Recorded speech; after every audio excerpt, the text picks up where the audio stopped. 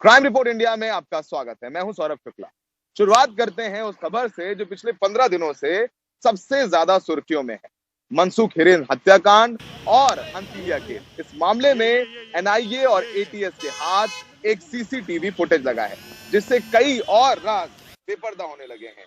इस CCTV footage में 17 फरवरी को मनसूख हिरेन और सचिन वजे मुंबई के फोर्ट इलाके में मर्सिडीज कार में साथ दिख रहे हैं। मनसूख हिरेन ने बयान दिया था कि 17 फरवरी को उन्होंने स्कॉर्पियो विक्रोली हाईवे पर छोड़ दिया था और टैक्सी से क्रॉफर्ड मार्केट गए थे। खास बात है कि मनसूख का ये बयान खुद सचिन वजे ने लिया था और उसमें 17 फरवरी को खुद मिलने की बात नहीं की थी। 25 फरवरी को यही स्कॉर्पियो कार मुकेश अंबानी के घर के पास मिली थी। इधर आज ठाणे कोर्ट में मनसूख हिरेन हत्याकांड में सचिन वजे की अग्रिम जमानत याचिका पर सुनवाई होनी है। हमारे साथ बातचीत करने के लिए मुंबई से फोन लाइन पर सुनील सिंह हैं। सुनील, आज अग्रिम जमानत पर सुनवाई है और क्या लगता है कि ये जो सीसीटीवी फुटेज मिला है उसके बाद मुश्किल ही इनको जमानत मिलेगी और सचिन वजे लगातार और घिरते जा रहे हैं? देखिए सौरभ, इसी अर्जी पर पहले सुनवाई हो चुकी है 12 मार्च को और तभी इंटरिम प्रोटेक्शन देने से ठाणे के सत्र न्यायालय ने इनकार कर दिया था और ये कहा था कि मामला बहुत ही संगीन है, हत्या का है, आपराधिक साजिश का मामला है और कस्टोडियल इंट्रोगेशन की जरूरत है। और उसके दूसरे दिन ही एनआईए ने गिरफ्तार कर लिया था स्कॉर्पियो और विस्फोटक प्लांट करने के आरोप में। तो ये जो मामला है ये दरअसल एटीएस से जुड़ा हुआ है मनसूख की हत्या के मामला से, तो स्वाभाविक तौर पर इसमें राहत तो बिल्कुल मिली नहीं है और सचिन वजे वैसे भी एनआईए की कस्टडी में है। तो एटीएस आज वहां पर प्रोडक्शन वारंट मांग सकती है मामले को दिखाते हुए, और जब भी एनआईए की कस्टडी खत्म होगी तब हो सकता है कि वो एटीएस सचिन वजे को अपनी हिरासत में ले। लेकिन ये भी देखना है कि क्या तब तक एटीएस के पास मनसूख की हत्या की जांच का मामला बचा रहेगा या फिर एनआईए भी उसी मामले को अपने पास ले लेगी, क्योंकि जो कड़ी है पूरी एक ही है और इसी हत्या जो मामला जो साजिश का मामला है उसी के सबूतों को मिटाने के लिए तो नहीं मारा गया, मनसूख की हत्या तो नहीं की गई, यही मामला बनता हुआ फिलहाल दिख रहा है। तो उसमें जांच चल रही है और इसी संदर्भ में लगातार ये जो बड़ा सबूत एक और सामने आ गया है वो ये कि 17 फरवरी को जिस दिन मनसूख हिरेन क्रॉफर्ड मार्केट आए थे, उन्होंने कहा था कि मैंने अपनी कार, चूंकि उसका स्टीयरिंग लॉक हो गया था तो मैंने विक्रोली हाईवे पे छोड़ दिया था और बाद में वो चोरी हो गई।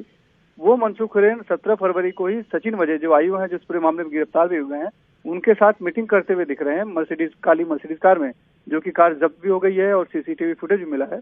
तो सचिन वजे के खिलाफ लगातार सबूतों मिल रहे हैं जो कि उनको पूरी तरह से इस पूरे मामले में लिख पा रहे हैं। सुनील, ये बताइए कि सचिन वजे आपको क्या लगता है एक बड़ी साजिश की एक छोटी सी कड़ी है, क्या एक बड़ा षड्यंत्र रचा गया था? इस पर और क्या कुछ जानकारी मिल रही है आपके सूत्रों से जो एनआईए में है?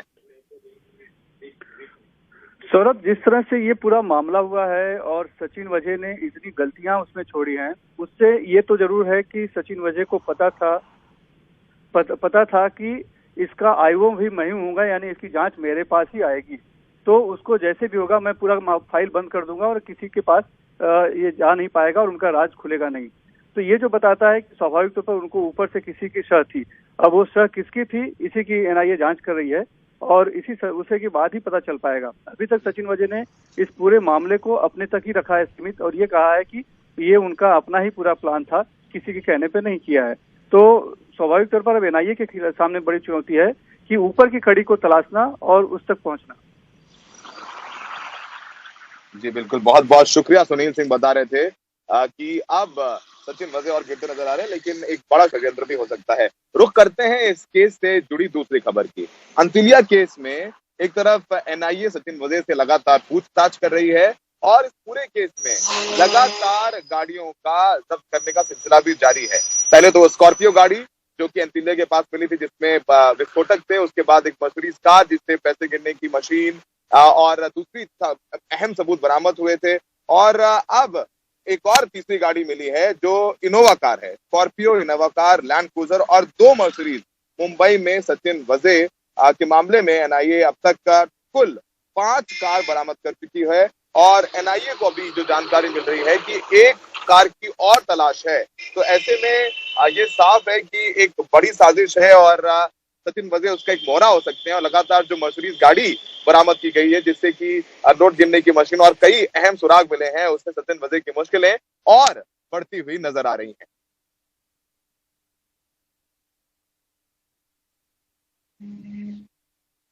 अब तक ये साफ नहीं है कि पूरी साजिश रचने में किसका हाथ था। मुंबई के जो कमिश्नर हैं परमवीर सिंह, उनका तबादला कर दिया गया है, तो ये साफ करता है कि इस पूरे मामले में मुंबई पुलिस की तरफ से तमाम लूप होल्स रहे, तमाम गलतियां रही और जो जांच में अभी तक जानकारी सामने आई है वो माफ करने योग्य नहीं है। ये सब खुलासा राज्य के गृह मंत्री अनिल देशमुख ने किया है। उन्होंने कहा कि कुछ बातें सामने आई हैं, इसके बाद मुख्यमंत्री उद्धव ठाकरे और हमने मिलकर फैसला किया है कि इस मामले की निष्पक्ष जांच के लिए जरूरी है कि परमवीर सिंह जो कि मुंबई के पुलिस कमिश्नर हैं, उनका तबादला कर दिया जाए। देखिए ये पूरी रिपोर्ट।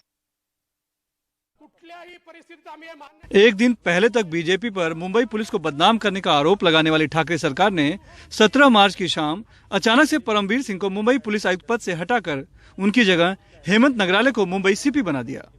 सवाल है अचानक से आखिर ऐसा क्या हुआ।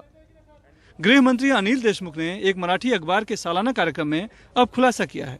जी काल आम्ही बदली केली आमचे आयुक्त यांची, जो कल हमने बदली की पुलिस आयुक्त की, जांच में कुछ बातें सामने आई थी जो माफ करने लायक नहीं थी। इसलिए मुख्यमंत्री और हमने बैठकर तय किया कि जांच निष्पक्ष होनी चाहिए, उसमें कोई बाधा न आए, इसे ध्यान में रखकर उन्हें बदल दिया गया है। त्याच्यामुळे माननीय मुख्यमंत्री आणि आम्ही बसून निर्णय घेतला की आपण अशा या परिस्थितीमध्ये चौकशी व्यवस्थित झाली पाहिजे। तो क्या मुकेश अंबानी के घर के पास आतंकी साजिश की कहानी प्लान करने की जानकारी मुंबई पुलिस आयुक्त परमवीर सिंह को थी? एनआयए आणि एटीएसच्या माध्यमातून त्यामधले काही मुद्दे पुढे आले।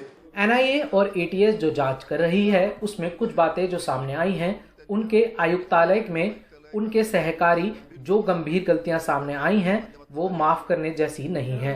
अब जांच में जो सामने आएगा उस हिसाब से कार्रवाई होगी। परमवीर सिंह को होमगार्ड का डीजी बनाया गया है। इस बीच इस फेरबदल में खुद को पुलिस महानिदेशक का दावेदार मानने वाले आईपीएस संजय पांडे नाराज हैं। उन्होंने मुख्यमंत्री को चिट्ठी लिखकर उनकी जगह जूनियर रजनीश सेठ को राज्य का डीजीपी बनाए जाने को उनके साथ अन्याय बताया है। बहुत सीनियर ऑफिसर्स की इंक्वायरी मेरे को दी गई थी जिनमें क्रिमिनल एलिमेंट इन्वॉल्व है, इसकी एडीजी लेवल के ऑफिसर्स की मेरे को इंक्वायरी अभी रिसेंटली दी गई थी और इसके बारे में हर एक आदमी से मेरी चर्चा हुई है और वो इंक्वायरी की रिपोर्ट भी दी जा चुकी है। मुझे तो ऐसा लगता है कि पूरे महाराष्ट्र में उन्होंने खोजबीन करके ही मेरे को इंक्वायरी दी होगी। लेकिन आज जब पोस्ट देने की बात आती है तो मेरे से पहले 1 साल जूनियर, उसके बाद दूसरे साल 2 साल जूनियर, और उनको भी एक्टिंग डीजी अब बनाते हैं, जबकि एक्टिंग डीजी आप सुप्रीम कोर्ट के ऑर्डर के हिसाब से बना ही नहीं सकते हैं। और हमारी फाइल यूपीएससी को भेजने के लिए आज तक मतलब इतने दिन तक 2.5 महीने में आपने फाइल ही नहीं भेजी, तो मतलब इसमें हम यही सब चीजें मैंने उस लेटर में भी लिखी हैं। इसी के साथ संदिग्ध कार और विस्फोटक मामले की जांच कर रही एनआईए ने मामले में 2 और लग्जरी कारें जब्त की हैं।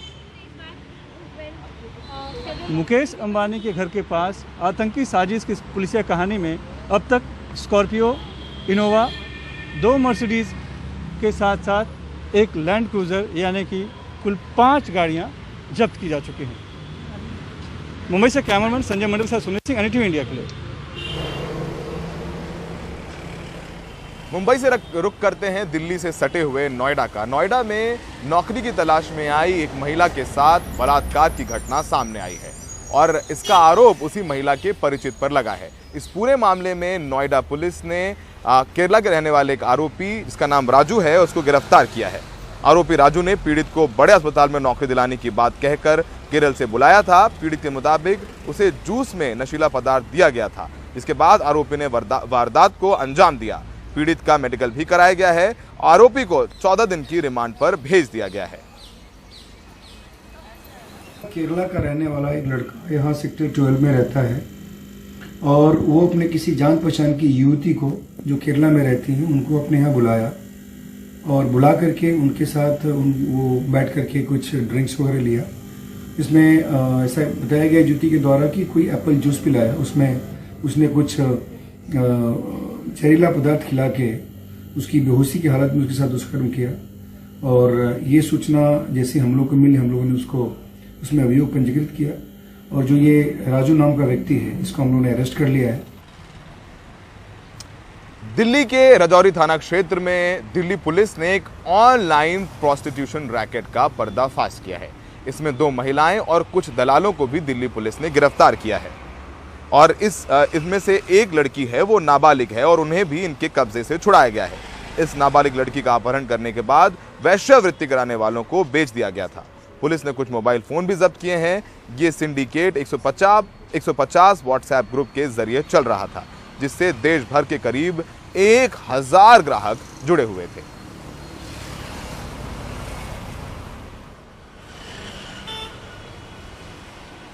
ग्रेटर नोएडा के सूरजपुर गांव में शादी के दौरान घुड़ चढ़ी की रस्म को लेकर के 2 गुट आपस में भिड़ गए और इस भिड़ंत का सीसीटीवी फुटेज जबरदस्त तरीके से वायरल हो गया है। इस दौरान एक पक्ष के लोगों ने दूसरे पक्ष को दौड़ा कर पीटा और जब ये वीडियो वायरल हुआ उसके बाद पुलिस ने पीड़ित पक्ष की शिकायत पर मामला दर्ज कर जांच शुरू कर दी है। पुलिस की दी गई शिकायत में सुरेश फौजी ने लिखा है कि उनकी 2 बेटियों की शादी हो रही थी।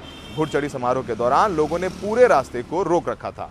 रास्ता खोलने को लेकर प्रदीप, चिन, नितिन, प्रिंस और राहुल के बीच कहासुनी हुई, जिसके बाद मारपीट हो गई। दूसरे गुट के लोगों ने 5 की जमकर पिटाई की और 2 सोने की चेन भी लूट ली।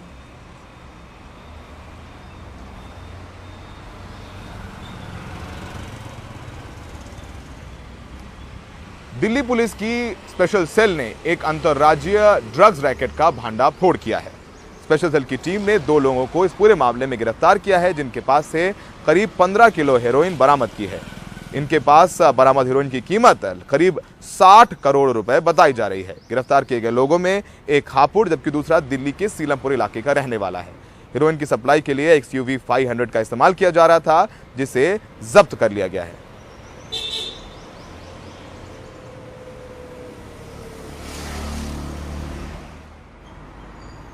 दिल्ली के कस्टम विभाग के अधिकारियों ने गैर कानूनी तरीके से चीन भेजे जा रहे 21 लाख मोर पंख जब्त किए हैं।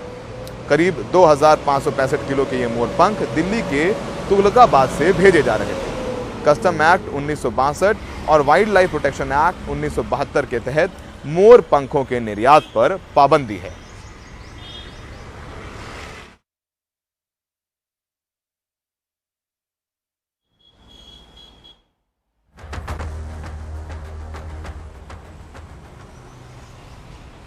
आज के लिए क्राइम रिपोर्ट इंडिया में इतना ही। देश दुनिया की तमाम सही और सटीक खबरों के लिए बने रहिए NDTV इंडिया पर।